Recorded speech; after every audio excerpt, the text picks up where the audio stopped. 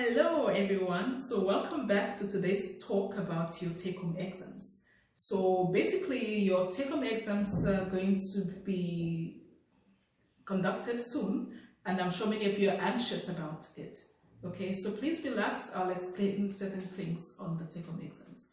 So the first thing you need to know is that, as we discussed in the last tutorial on WhatsApp, some things have changed in your take-home exam, so please read the poster sent about your lecturer's email. I'm sure all of you have looked at that email. It's on the Canva, it's on the WhatsApp groups, it's everywhere, okay? So please read it again and again. So what I've changed basically is that for those of you who are going to write the take-home exam, you should know three things. The first thing is that you can choose to use a second intervention task for your take-home exam, which if you want to do, you can do it. And then the second thing is that you can continue, for those of you who have already collected data for your first photo voice essay that was given at the beginning of the course. You can also choose to continue with that. If you have collected your data, then go ahead if you want to do it. And then the third option is for those of you who have not collected data and you will not be able to collect data because of the lockdown. So basically you can write about your lockdown experiences for COVID-19 and then you can make a photo voice on that. So please note that for the whole scheme of the exams, nothing much have changed. Okay, so basically your referencing is going to be the same, the word count are going to be the same, except if the lecturer states otherwise, but for now, they're going to be the same. So nothing else except the questions. Okay, so I'm not going to focus on the two options, I'm going to focus on the third. Okay, so for me to explain about your lockdown experiences and how you can use that in your exams, I invited my friend to me. She's the one behind the camera. You can't see her.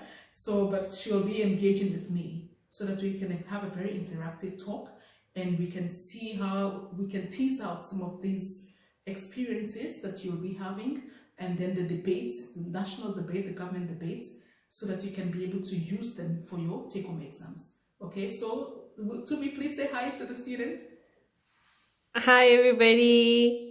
Yeah, so that is Tumi's hand. So now let us start. Tumi, you can ask me questions when it comes to the experiences of the lockdown. What my students are very, many of them at the moment are very anxious about their exams, and their exams are basically talking about the lockdown experiences. As a South African woman that have grown up in maybe the township, okay, how would you describe yourself? Yeah. Okay, I don't know much about sociology, so I hope the questions help everyone. So first, starting with what you asked about the essay, or is it a report? So I'm not sure. Oh, so it's supposed to be an essay. So it's supposed to be an essay, first giving background on your own life, and then secondly, the impact of COVID on your life. So basically, I mean, I'm Tswana. I'm female, black female. I'm in the accounting field and I stay in Cape Town. So it means that I have to keep the lockdown alone without my family in Joburg. And I have to, of course, go and fetch grocery. I have to interact with the police sometimes when you go to Pick and Pay. You kind of also have to work from home. So, and then there's also the internet problems. But fortunately, of course, I'm alone, so I don't have a lot of problems when it comes to relatives or tensions at home. So in most cases, I'm in a good spot. So I guess my essay would revolve around mainly me and not the impact of others around me and how I have to deal with it, of course. Okay. So for this class, to me, basically what we are talking about is about the students, their experiences during the COVID-19. So many of them, I can see that many of them, first of all, if you are writing an essay about your experiences in lockdown, which is like a photo voice essay, and I know I will explain to you later what it means, but basically just let's say an essay about your experiences. Like you talked about, we speaking about the background. Like the students need to talk about their own background. How would they locate themselves within the population? What are their races, their gender, and then where they live? How many of them in a family? All those things you've noted that they're important, isn't it? Yeah, so now what I need to know is also about what is going on now in South Africa, because first of all, the experiences of this lockdown are fast, very massive. People have experienced things they've never experienced in their lifetime. Okay, many of the things, the things that we've held dear, like, oh, you have to be at work at this amount of time, or you have to go to school because you have to attend lectures, you can't work from home. All of these perspectives are being, changed all of a sudden. Now we tell students, no, you can work online. So it means, oh, now you can also work from home. You can do your work from home. So all of these perspectives are being changed all of a sudden. So if you are a student writing about that, what kind of questions will you ask? Okay, so please ask me some questions and then I can respond. Now we'll be focusing on 5 main points, okay? So at the end of this talk, you should at least be able to write about these 5 things, okay? The first thing we're going to talk about is about the lockdown, your lockdown experience and your perspective about first the government of South Africa, okay? What do you think the government is doing? And then is their policies appropriate? Then second, we're going to look at the experiences with your friends and families. Yeah, so third, we'll be talking about your education and future. How has this lockdown experience of COVID-19 affected your education and your future? And then fourthly, we'll be discussing about your socioeconomic status and how the lockdown of COVID-19 has affected people's socioeconomic status. And then lastly, we'll talk about the healthcare and your access to health systems and other forms of addiction that is taking place currently. Okay, so let's start first with the government. So when the COVID-19 pandemic took place in the world, it came all of a sudden. No one expected that it would come to this. Okay, now throughout the world, you can see in many places, even in Europe, everybody's indoors. So now think about it. Now the government's policy to practice or to make people practice the lockdown, is that appropriate for such a pandemic? Okay, what do you think about it? And your perspectives, look at it. How is it executed? Who is, ensuring that people are indoors? Okay, you see, it's the police and the military. Are they the ones who are supposed to do that? Okay, so think about it in this way. And even think about the government. How much money are they spending, of course, on this whole lockdown when you should be spending on the health systems? Okay, so think about all of this. So the next thing that you need to talk about is your friends and families. How has this lockdown experience affected your friendship and your families? Okay, as you know, many of you who are in lower classes, you can see you have only a one-parent family. And then sometimes your parents can't afford food, and then they can't afford to take care of all of you in the house without going to work. Okay, many people live from hand to mouth. Now that you're at home, how is that affecting your family? Okay, and since many of you are at home now, you meet with each other a lot at home, you can practice solidarity. You can come together and you can miss your family. Before you used to go to work and to school, you didn't have time as a family. Okay, are you now spending more quality time with your family? And is that helping you to shape your experiences during this lockdown? Or are you having fights with your families? Okay, are you seeing, because now we've seen a surge of domestic violence. Okay, why is this the cause? We see criminal behaviors like thefts and murders are going down, but gender-based violence are coming up. Even a police officer was caught beating his wife. Okay, so why are the nuances? So we need to talk about these nuances. Okay, and then the next is about your education and future. So now many of the myths that you hold, that, oh, you should go to school, oh, you should attend lectures, or you should attend things on time. And now all of a sudden you're being told, no, you don't have to come to class, you can work online. It means it has always been a possibility. Yeah? So do you need to go back to school again when this is an option? Shouldn't they build up this online? Like, I'm talking to you, I can teach you from this.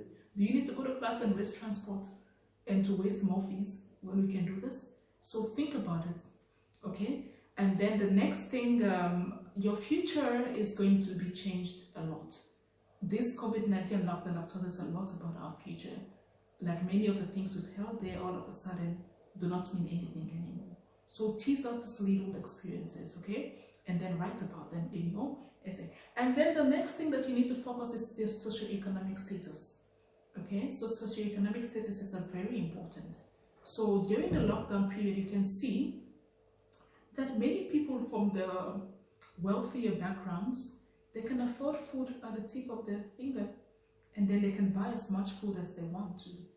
But others who live maybe in a one-parent house and they live with their grandmothers usually depend on pensions. And how are they going to collect the pension to feed the family?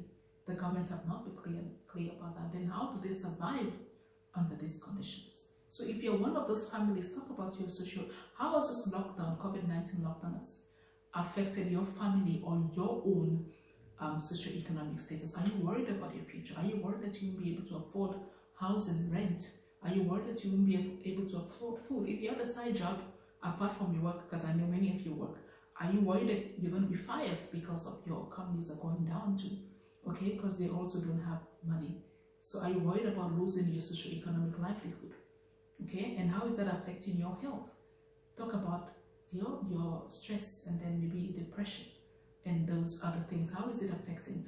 And then the fifth and final thing that you're supposed to discuss is about your access to health care, okay, and the health resources such as mental health care. Okay, many people are going through this. Is a trauma for everybody. It's a hard time for everybody. So of course the levels of anxiety and depression have surged. Okay, the psychologist once advised people to talk to their plants if they feel sad. Is that appropriate? Okay, how are you doing to cope with those things? Do you have access to healthcare now? And talk about the stigma. When you have flu, now that the weather is changing, now you have flu. When you cough in the township, can people just stigmatize you like, oh, you have COVID-19 or are they scared? What are the myths about this disease that have still not been rectified? What are people thinking about it? Okay, and then the next thing is about your addictions when it comes to access to your health. Okay, think about your addiction. As many of you know, many people are addicted to smoking and drinking in South Africa and fast food. Okay, but now based on the lockdown, the government have decided to decide. Okay, okay, that is the key. When the government have decided to decide what things are essential for you and what things are not essential for you. And one of the things the government deem not essential for you is alcohol and cigarettes. Okay, is that appropriate? Do you consider them non-essential goods? Okay, especially for you, those of you who are smoking and addicted to smoke. Okay, or drinking. Yeah, how does that affect your mood and your health overall? Because now many people are having withdrawal symptoms in South Africa, and because of that, many of them are suffering. Their health is being compromised because the doctors say they do need to smoke and drink. Okay, because of they are addicted to it. Now that's why many South Africans, you can see, they've resorted to making their own homemade alcohol. Okay, the one they make in the hood. If you know that alcohol that I'm talking about. And people are now getting angry that they're going to kill people because it's not regulated. The way it's made is not regulated, and the way it's distributed is illegal. And now they're clamping down on that. So should they allow them to sell these things again? So think about this. And also those who can't smoke and drink, their only sources maybe the internet. If they don't have internet, television, if they don't have television, what are you going to do? Okay, so how do you keep yourself busy during this time?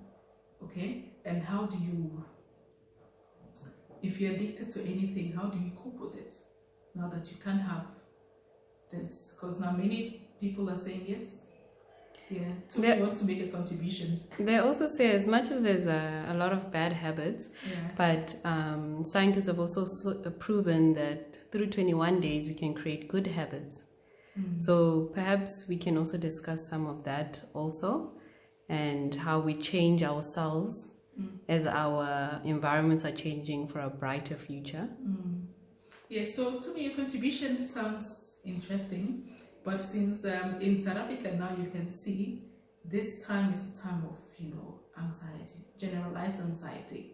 People are just afraid about everything, not just about their school, or they're afraid about the economy, they're afraid about their health, they're afraid about school, money, a lot of things are being affected. So this anxiety is not just fixed on one thing that can be solved, but it's too generalized.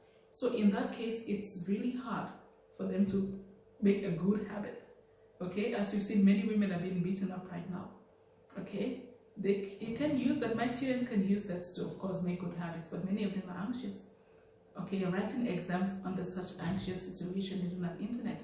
How can you cope with that? So in this, they also have to write about their experiences. So Tumi, I want you to comment, all of what we've been discussing here, is there anything that I've left out that is quintessential or very particular to South African context that maybe my students can use to talk about their experiences? Because I'm Sierra Leonean, so I don't know about the South African context a lot. But since you are South African and you've lived in many of their contexts that they've lived within, it's better for you. Is there anything that is really particular to the South African society that you think is important in changing this perspective during this COVID-19 lockdown? If there's any, there isn't much, but I think when you've grown up in the hood, one reality is, just like you said, for example, the upper class, Pick n Pay or Checkers or these retailers are very close to their physical homes. But when you grow up in the hood, many of the time we don't have that luxury. So many people we saw on social media were complaining about this because they have to take a taxi to come to town to go and buy from Pick n Pay. But yet the roads were blocked and they were like, people shouldn't travel for long distances. So we found that actually many hoods, they have people what we call like my friends. So these are like vendors at the side of the road, and they would sell our daily needs. For example, fish. They would sell vegetables, and usually that's what we have to depend on. You leave your home, your grandmother gives you 50 rand. You go and you buy potato, you buy tomato, you go and buy the essential goods that you need to cook the meal for today and tomorrow. But now those vendors were not allowed to work. But yet they said that we can't travel long distances. So people, in general, you put in a place where you're going to have to just get up that morning and take a walk, try find a taxi somewhere. You just have to break the law. And unfortunately, when you are caught in a district or area you're not supposed to be in, then they ask you for a permit. What are you doing here? So many people are facing these problems. And I think this is why, for example, in the Kasi or the location, you find that people break the law more often. And it's not because they want to. In many cases, many of them are also fearful for their lives, but they're in a position where they kind of have to because they need something to eat for their families. So, yeah, there's a lot of dynamics because of the way our areas, our districts are divided and how they are catered to. For example, in the suburban area, we didn't really saw any policemen or any soldiers. So, and people were not walking around, but I mean, we felt secure because you can go to Pick n Pay anytime you want to and you can buy. But if you're living, for example, in Khayelitsha or Soweto, you can't. And you see many soldiers around and it's like you're trying to break the law, but you're not. You're just trying to survive. So yes, there's a lot of complex situations because of how South Africa is designed. But yeah. Yeah, so to me, you raised a good point. I think from what I can see, you're now distinguishing between the structural inequalities in South Africa and how this lockdown, the rules, the regulation, and even all the planning of this lockdown is against the marginalized South Africans. They can't help but break the laws of the lockdown. Okay? And what do you think about, because quite recently, most of the things that interested me actually was that one of your ministers, I don't know her name, I think she's called Abraham or something. She's the government minister, but I heard that she also broke the lockdown regulations and she went to have dinner with her friends. So what do you think? Is the government, using its power to clamp down on the marginalized people already, and then those who are the elites can get away with it? Do you think that? Yeah, I'm not sure about that in totality, but I feel like people who have cars can drive to their friend's place in the pretense that they're going to get food. There is a sense of power when you have the means to do what you want to do. And I mean, she's a minister. If she's stopped by the soldier or she's stopped by someone, they'll know her status and they'll let her pass, of course. I mean, which soldier is ready to answer about arresting the Minister of Communication or the Minister of Education or something like that? So, of course, it brings it forward. But I think the way it's being handled is actually also good, because in this time we can't really point fingers, we can't really judge easily, we can't, because you can judge and be like, oh, the minister did this, I can do this, and then your life is at risk. Or you can't even go to a hospital that can cater for your needs, but she can go to the best hospital. So I think people are being smart about it. They don't want to just break all laws now. I'm like, oh, the minister did it, she set the example, so we're going to do it.